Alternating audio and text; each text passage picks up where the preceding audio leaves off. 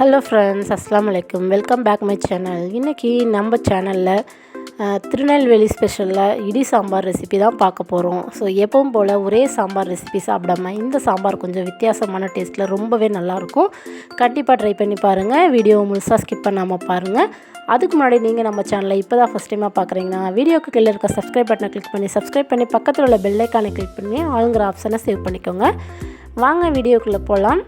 நான் வந்து பார்த்தீங்கன்னா ஃபஸ்ட்டு ஒரு பேனில் 1 ஸ்பூன் அளவுக்கு கடலைப்பருப்பு, 1 ஸ்பூன் அளவுக்கு உளுந்து, 1 ஸ்பூன் அளவுக்கு வரமல்லி, அது கூடவே ஒரு அரை ஸ்பூன் அளவுக்கு ஜீரகம், ஸ்பூன் அளவுக்கு அரிசி, இது எல்லாமே எடுத்துருக்கேன். இது எல்லாத்தையும் வந்து பார்த்திங்கன்னா எண்ணெய் இல்லாமல் நல்லா ஃப்ரை பண்ணி எடுத்துக்க போகிறோம். இந்த சாம்பாருக்கு ஒரு 4 வகையான காய்கறி எடுத்திருக்கேன். கத்திரிக்காய், அது கூடவே பீன்ஸ், அவரைக்காய், பூசணிக்காய். ஸோ எந்த காய்கறி வேணாலும் சேர்த்துக்கலாம். நீங்கள் ரொம்பவே டேஸ்ட்டாக இருக்கும். காய்கறி அதிகமாக சேர்த்துனா டேஸ்ட் ரொம்பவே நல்லாயிருக்கும்.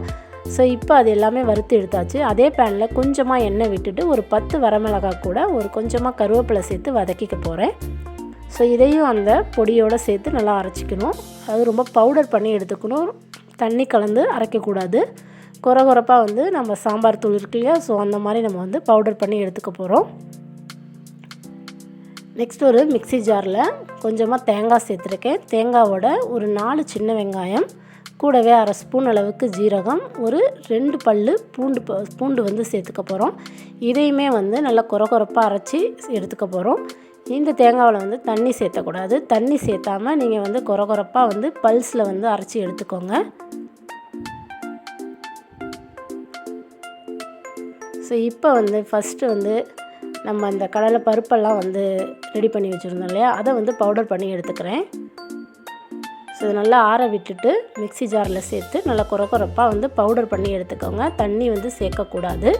அது கூடவே வரமிளகாயும் கருவேப்பிலையும் சேர்த்து அரைச்சி எடுத்துக்கலாம். ஸோ இந்த அளவுக்கு நல்லா பவுடராக அரைச்சி எடுத்துக்கோங்க.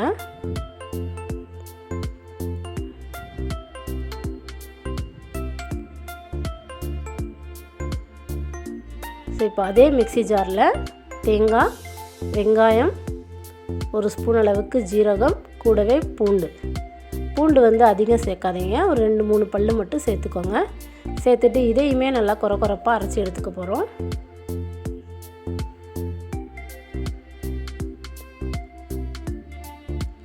ஸோ இந்த அளவுக்கு நல்லா கொரகொரப்பாக அரைச்சி எடுத்துக்கோங்க, தண்ணி சேர்க்காம.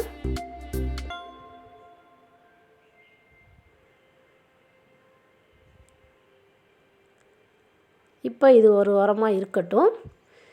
இப்போ ஒரு சின்ன எலுமிச்சை அளவுக்கு புளி எடுத்துகிட்டு அதை நல்லா க்ளீன் பண்ணிவிட்டு நல்லா வெந்நீரில் வந்து புளியை வந்து ஊற வச்சு வச்சிடலாம். வெந்நீரில் வந்து ஊற வச்சு வச்சோம் அப்படின்னா நல்லா வந்து புளி ஊறி வரும். நல்லா வந்து சக்கை இல்லாமல் நம்ம வந்து நல்லா புளி வந்து கரைச்சி எடுக்க வந்து ரொம்ப ஈஸியாக இருக்கும். ஸோ அதனால் வந்து நான் வெந்நீரில் வந்து புளி வந்து ஊற வச்சுட்டேன். பருப்பு வந்து ஏற்கனவே நல்லா வேக வச்சு எடுத்து வச்சுருக்கேன். பருப்பு கூட எதுவும் சேர்த்தலை, வெறும் பருப்பு மட்டும் வேக வச்சு எடுத்துருக்கேன். இப்போ எல்லாமே ரெடி பண்ணியாச்சு. நெக்ஸ்ட்டு வந்து சாம்பார் வந்து தாளிச்சிக்க போகிறோம்.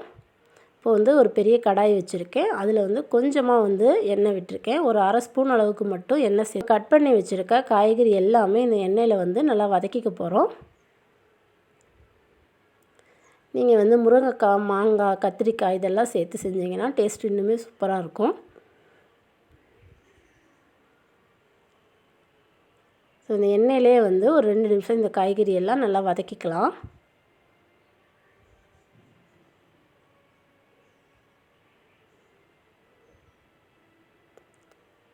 இப்போ வந்து புளி வச்சுருக்கோம் இல்லையா, அந்த புளி வந்து கரைச்சி வச்சுருக்கேன். அந்த புளி தண்ணியை சேர்த்துட்டு இது கூடவே தேவையான அளவு கொஞ்சம் தண்ணி விட்டு காய்கறி வந்து நல்லா வேக வச்சு எடுத்துக்க போகிறோம். ஒரு தண்ணி சேர்த்துட்டு ஒரு 10 நிமிஷம் மூடி வச்சுட்டோம் அப்படின்னா காய்கறி வந்து நல்லா வெந்துடும்.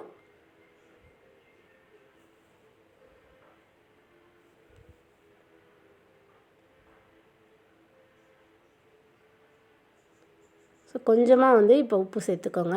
சேர்த்துட்டு இப்போ காய்கறி வந்து நல்லா வந்து பார்த்திங்கன்னா வந்துடுச்சு. ஸோ கத்திரிக்காய் எல்லா காயுமே நல்லா வெந்துருச்சு. இப்போ வந்து அரைச்சி வச்சுருக்க அந்த தேங்காய் விழுதை வந்து சேர்த்துக்கலாம்.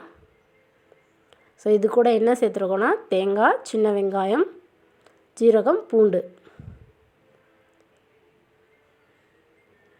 ஸோ இதை சேர்த்துட்டு நல்லா ஒரு மிக்சிங் கொடுத்துட்டு நெக்ஸ்ட்டு வந்து நம்ம வந்து பவுடர் பண்ணி வச்சுருக்கோம் இல்லையா சாம்பார் தூள், அதையும் வந்து சேர்த்துக்க போகிறோம். இந்த சாம்பாருக்கு வந்து நான் எக்ஸ்ட்ரா வந்து மிளகாத்தூள்லாம் எதுவுமே ஆட் பண்ணலை. அதனால் வந்து இந்த பவுடர்லேயே உங்களுக்கு எந்த அளவுக்கு காரம் வேணுமோ அதுக்கேற்ற மாதிரி நீங்கள் வந்து மிளகாய் வந்து சேர்த்துக்கோங்க. வரமிளகா வந்து நான் வந்து ஒரு 10 மிளகாய் சேர்த்துருக்கேன். உங்களுக்கு காரம் நிறைய வேணும் அப்படின்னா நீங்கள் இன்னும் மிளகாயோட அளவை அதிகப்படுத்திக்கோங்க. ஸோ அந்த பொடி வந்து நீங்கள் எந்த அளவுக்கு வேணுமோ அந்த அளவுக்கு சேர்த்துக்கிட்டிங்கன்னா காரம் வந்து அதிகமாக இருக்கும். ஸோ நான் ஒரு 2-3 ஸ்பூன் அளவுக்கு பொடி வந்து சேர்த்துருக்கேன், சாம்பார் பொடி. கூடவே இப்போ வேக வச்ச பருப்பையும் சேர்த்துக்கலாம்.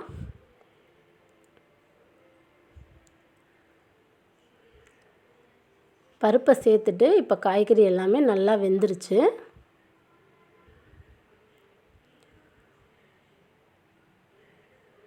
ஸோ இப்போ நம்ம தேங்காய் சாம்பார் பொடியெலாம் சேர்த்துருக்கிறதுனால இன்னும் கொஞ்சம் நேரம் நல்லா கொதித்து வரணும். ஸோ அது ஒரு பக்கம் கொதிச்சிட்ருக்கட்டும். இப்போ வந்து லாஸ்ட்டாக வந்து ஒரு தாளிப்பு கொடுத்துடலாம். இந்த சாம்பாருக்கு வந்து பார்த்திங்கன்னா தேங்காய் எண்ணெயில் தான் வந்து தாளிக்கணும். அப்போ தான் வந்து நல்லாயிருக்கும். ஸோ திருநெல்வேலி பக்கம்லாம் வந்து இந்த சாம்பார் வந்து தேங்காய் எண்ணெயில் தான் வந்து தாளிப்பாங்க.